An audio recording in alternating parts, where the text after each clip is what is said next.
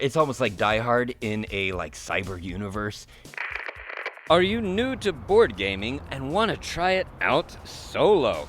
Have no fear, I have 10 great games to get you started here, and this is at Cape Fear Games, my local game store, and stick around because I actually have a very special deal for you. And of course, howdy and welcome, I'm Mike, your board gaming every dude, and this is Board Games for One. Final Girl is exactly what it sounds like. You are playing as the final girl who is facing off against a killer of some sort. If you buy Series 1, it's against the serial killers. Those bothered me, a little too gruesome for me. Most people loved it, it's fine. If you don't like that, Series 2 is the creature feature. So I played the knockoff of Alien, basically. I forget what it is. It's some ship somewhere where you are hiding from an alien. But anyway, how do you play?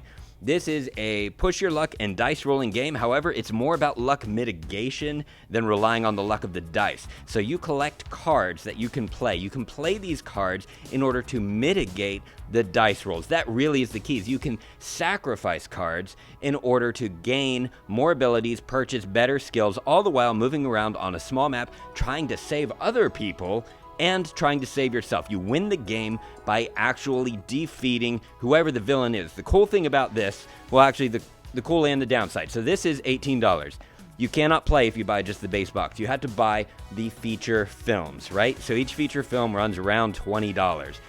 But each location for each of these films and each of the final girls, as well as each of the killers or the creatures, are interchangeable, right? So you can buy two different films and interchange everything. So there's a lot of variability, but that means you are spending maybe more than you expected, right? So you're looking at $40 minimum, which is fine. Even if you just get one feature film, there's plenty of play, but I don't recommend it because you're gonna feel like you're missing out on what the real strength of the game is, which is the mixing and matching.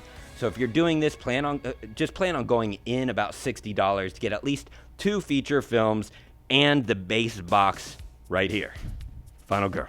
Actually, what I wanted to show you was one card dungeon, in which, if you know Sword and Board Games' beautiful channel, Mike, the real solo Mike, does a great little playthrough of one deck dungeon. It's actually just one single card with some dice, and it is a dungeon crawler where you get to level up, gain experience, and all of that nonsense. Anyway, my leg is cramping. That's fantastic.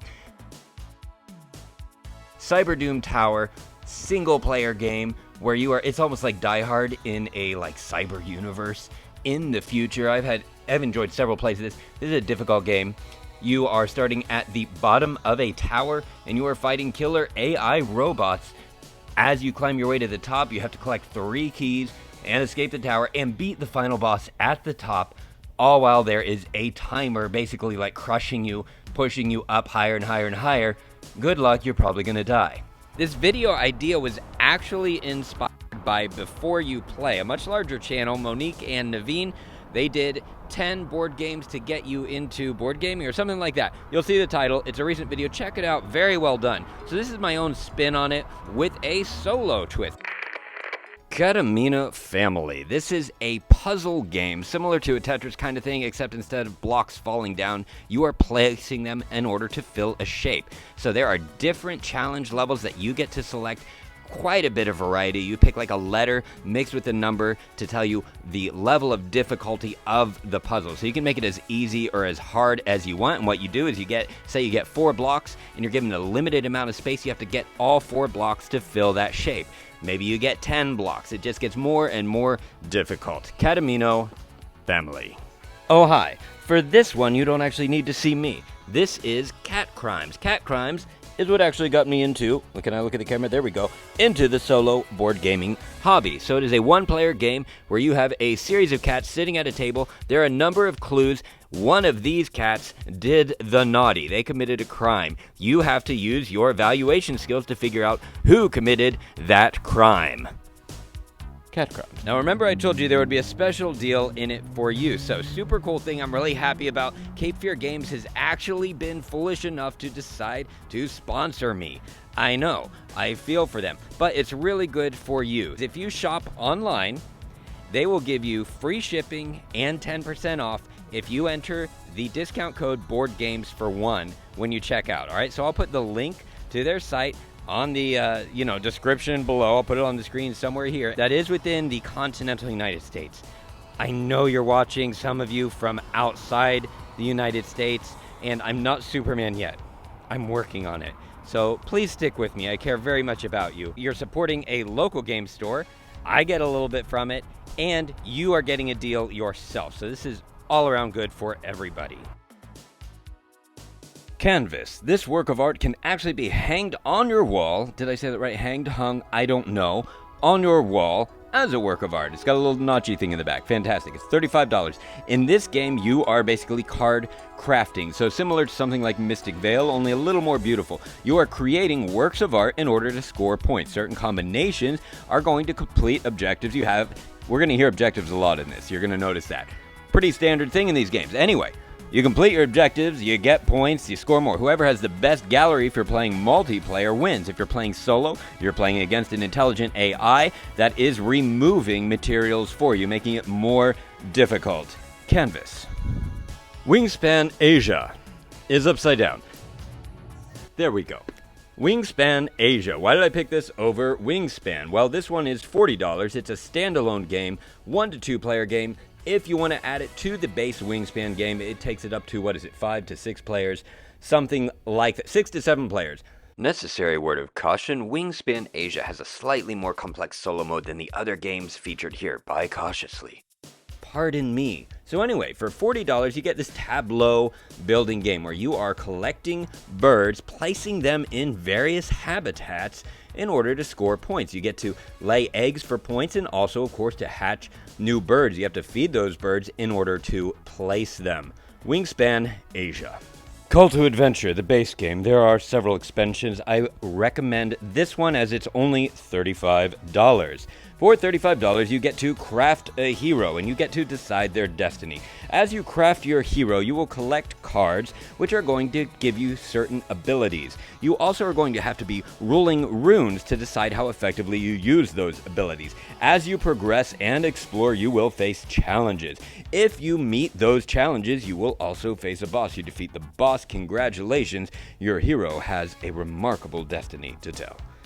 Call to Adventure. I know you've seen this one before. We've all seen it everywhere. Horrified. This is American Monsters. You can also get the Hollywood Monsters version. Doesn't really matter. This is a cooperative game. If you decide to play it multiplayer with your family, you are playing as a town fighting off these scary monsters that keep invading it. There's usually 5 to 6 different monsters. The Horrified American Monsters, which is upside down. I love holding these upside down. Is fantastic. This is American Cryptids, so think of the Mothman and Jersey Devil and things like that. The Horrified is things like Frankenstein, popular Hollywood monsters. You can adjust the challenge level by picking one type of monster. Some monsters are harder than other by picking 2 monsters or even 3 monsters. You can pick as many as you want to make it as challenging or as easy as you want. This is on the lighter side. This is definitely a family game, but solo, it's a great time. It's the first large, well, I would consider this large. I did at the time anyway. This is really medium size. But to me, it was large for a first purchase. This is only $35. The Marvel Champions Killer for you superhero nuts out there like me. Sentinels of the Multiverse. Why on earth did I pick this instead of Marvel Champions? I shouldn't have. You should get Marvel Champions, okay? It's a living card game. You can play as just one hero, control one hand against a villain. It's great and all that. I'm not a Marvel fan. I'm not into the game, so congratulations. I love this one because of the artwork and because of the gameplay. The downside to this is you may need to manage more than one hand, as it's difficult to beat a villain with only one hero. So anyway, how does it play? Oh yeah, it's $60, whatever. You want to play it multiplayer, it's cooperative. Fantastic, great. You choose your hero. You have your, now these are not like DC or Marvel, but you do have your Superman guy, and you have your Batman, except it's actually a lady, but they have some pretty unique abilities. They got a fire guy that's super cool. So you pick your hero, and this is from like the golden age of comic style art.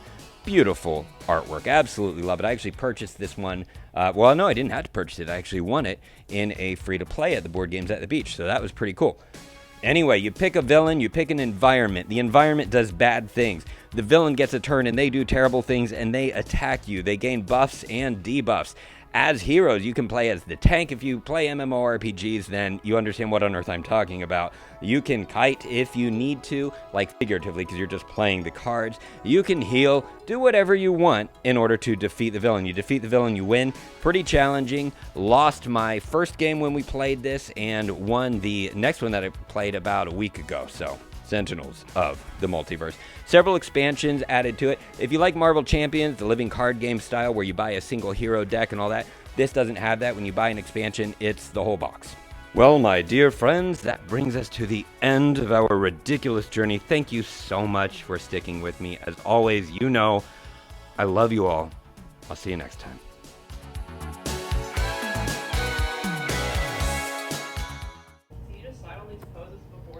No.